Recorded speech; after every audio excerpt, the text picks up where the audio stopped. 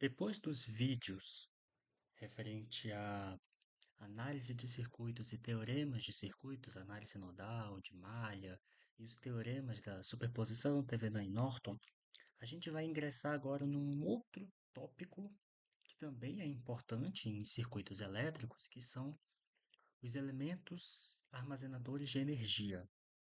Nesse primeiro vídeo, a gente vai comentar sobre os capacitores. E no próximo vídeo a gente vai comentar sobre os outros elementos de energia que acumulam energia, como por exemplo o indutor. Mas nesse primeiro vídeo, como eu disse, vamos focar nos capacitores. O que é um capacitor? Aqui a gente vai abordar alguns conceitos de física, mas basicamente o capacitor, ele é um dispositivo que vai acumular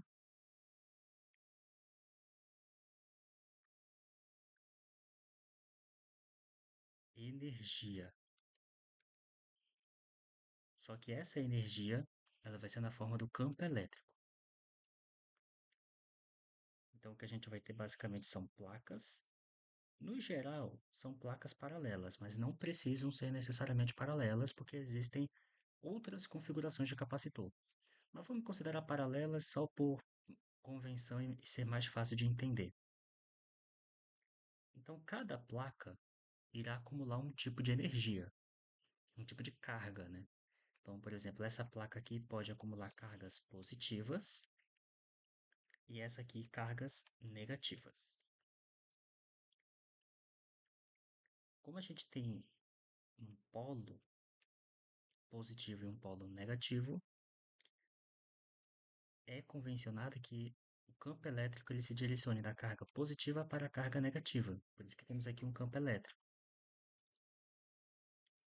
Para representar um capacitor em circuitos elétricos, a gente representa ele dessa forma aqui, como placas paralelas. Mas existem outros tipos de capacitores que a gente também pode representar como capacitor eletrolítico, que ele meio que é representado mais ou menos assim, uma linha reta com uma curvatura, com sua polaridade, evidentemente.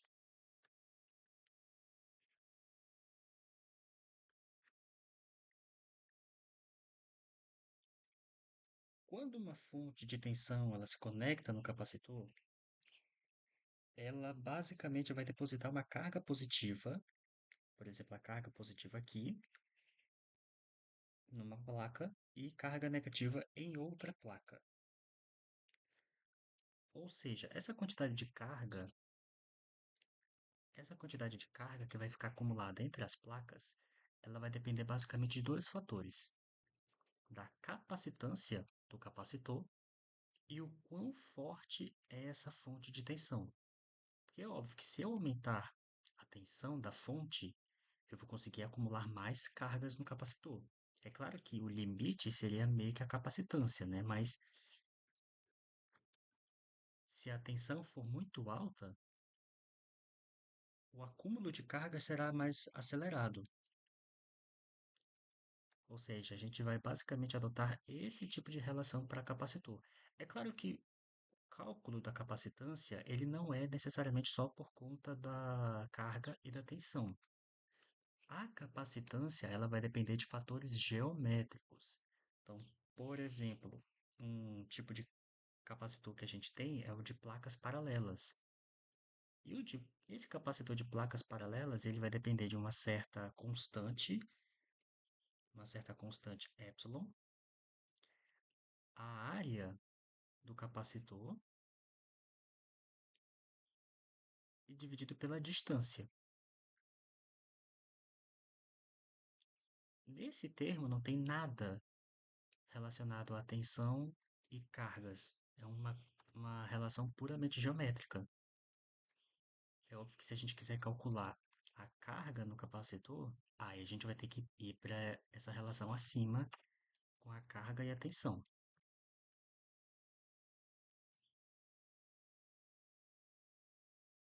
Dito isso, a gente vai partir de algumas relações aqui. Em física, a gente aprende que a corrente ela é a variação da carga pelo tempo. Só que quem é a carga? é a capacitância vezes a tensão.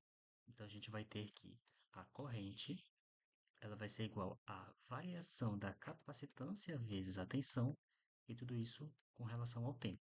Só que a capacitância ela é uma constante, ou seja, a corrente do capacitor, ela vai se dar pela capacitância vezes a variação da tensão pelo tempo. Essa aqui, então, seria uma relação de tensão e corrente para o capacitor. No caso aqui, seria uma relação de corrente. Se eu quiser encontrar a tensão do capacitor, o que eu vou ter que fazer basicamente é o processo contrário. Então, aqui a gente tem uma relação de derivada, então a nossa tensão vai ser uma integral. Então, a gente teria 1 sobre C vezes a integral de um tempo inicial até um certo tempo t da nossa corrente em relação ao tempo, mais uma certa tensão inicial. Essa tensão inicial, ela vai se dar dependendo de se existe algum tipo de carga acumulada no capacitor. Para fins didáticos, a gente pode desconsiderar essa carga por enquanto. A gente pode desconsiderar essa tensão. Mas para problemas mais complexos, como circuitos de primeira e segunda ordem, é interessante levar esse fator em consideração. Mas por enquanto a gente pode considerar a tensão do capacitor só como essa integral aqui. Mas não esqueça desse termo aqui, dessa tensão inicial, certo? Então nós temos aqui a tensão do capacitor e a corrente do capacitor. Agora a gente pode calcular a potência do capacitor. Então a potência do capacitor, ela vai ser dada pela tensão vezes a corrente, que aí vai ser basicamente a capacitância vezes a tensão vezes a variação da tensão pelo tempo. Potência nada mais é do que a variação da energia em relação ao tempo. Então a gente vai ter que a energia, ela é a integral, que vai de menos infinito até um certo tempo t, da nossa potência com relação ao tempo. Então isso vai ser igual a C, essa integral de menos infinito até t, de V,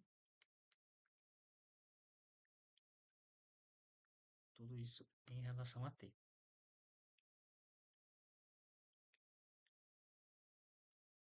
Então, dessa forma, a gente vai ter C vezes a integral da tensão com relação à tensão.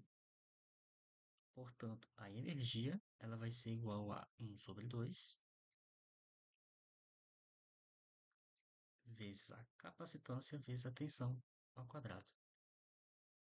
Ou seja, a gente tem basicamente a energia do capacitor. A energia acumulada no capacitor.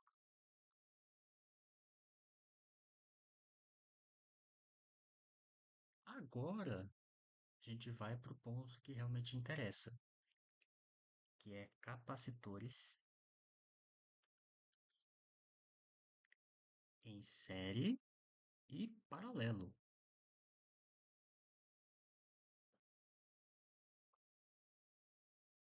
Para isso, a gente vai ter que entender, vai ter que analisar os circuitos, tanto em capacitores em série quanto em paralelo, para a gente ter uma relação geral.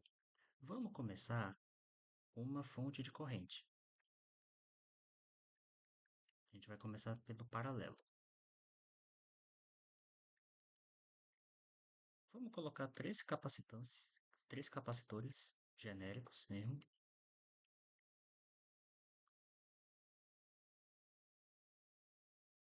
Então, C1, C2, C3. Aqui nós temos uma corrente I e aqui nós temos correntes individuais, porque o circuito está em paralelo.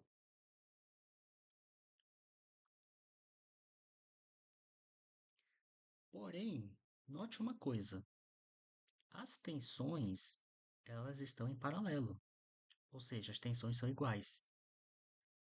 Então, naquela relação lá de Q igual a C vezes V, a tensão é igual. São as mesmas tensões. Representando aqui em termos de corrente, a gente vai ter basicamente uma capacitância com um índice K vezes a tensão, que é a mesma.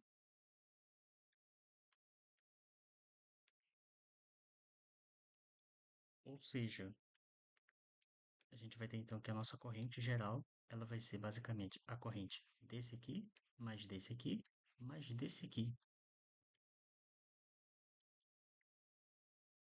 Então seria C1 dV/dt mais C2 dV/dt mais C3 dV/dt. Ou seja, a corrente, no caso, ela vai ser a derivada vezes a somatória dos capacitores. Então, de K valendo 1 até um certo índice N.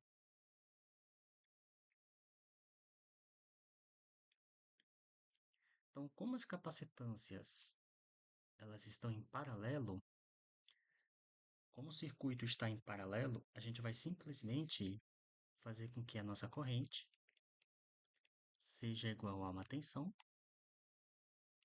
vezes uma capacitância equivalente. Então, quando os capacitores estão em paralelo, a gente vai simplesmente somar essas capacitâncias. Agora, se fizermos o caso contrário, colocar os capacitores em série,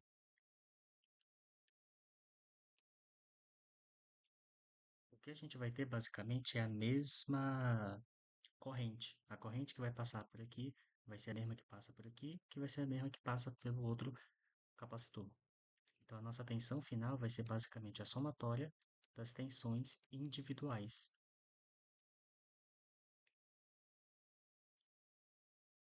Então, o que a gente vai ter basicamente é o seguinte: a gente vai ter que Q vai ser igual a C vezes V, e como as tensões variam, então a gente teria aqui a tensão total, seria 1 sobre C, K vezes a carga. No caso, uma somatória, né? Então, seria um somatório que vai de 1 até um índice N, de 1 sobre C, K, e tudo isso vezes uma carga. Ou seja, quando a gente tem capacitores em paralelo, perdão, em série, quando a gente tem capacitores em série, a gente vai basicamente somar os inversos. A gente soma os inversos desses capacitores. Basicamente é como se fosse o contrário dos resistores, porque quando a gente tem resistores em série, a gente simplesmente soma. Então você teria R1 mais R2 mais R3. E quando a gente tem em paralelo, o que a gente faz basicamente é somar os inversos, né? Então a gente teria aqui 1 sobre a resistência equivalente é igual a 1 sobre R1 mais 1 sobre R2 mais 1 sobre R3.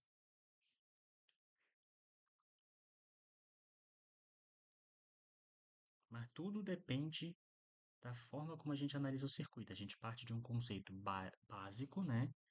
Por exemplo, aqui, no circuito paralelo, a gente parte do princípio que as tensões são as mesmas, já que o circuito está em paralelo. Então, a tensão seria constante. Já aqui, no caso em série, são as correntes que são constantes. Ou seja, a gente vai ter que partir para calcular a tensão. Então, a gente basicamente calcula a tensão de um circuito como um todo. Então, basicamente é isso por enquanto. No próximo vídeo eu vou abordar sobre os indutores, que dando um alerta, já dando um aviso antecipado. No caso do indutor, ele é basicamente a mesma interpretação dos resistores, então, tanto em série quanto em paralelo, a fórmula vai ser a mesma, mas evidentemente eu vou demonstrar o porquê que é assim. Então, se você gostou, deixa o seu like e até a próxima.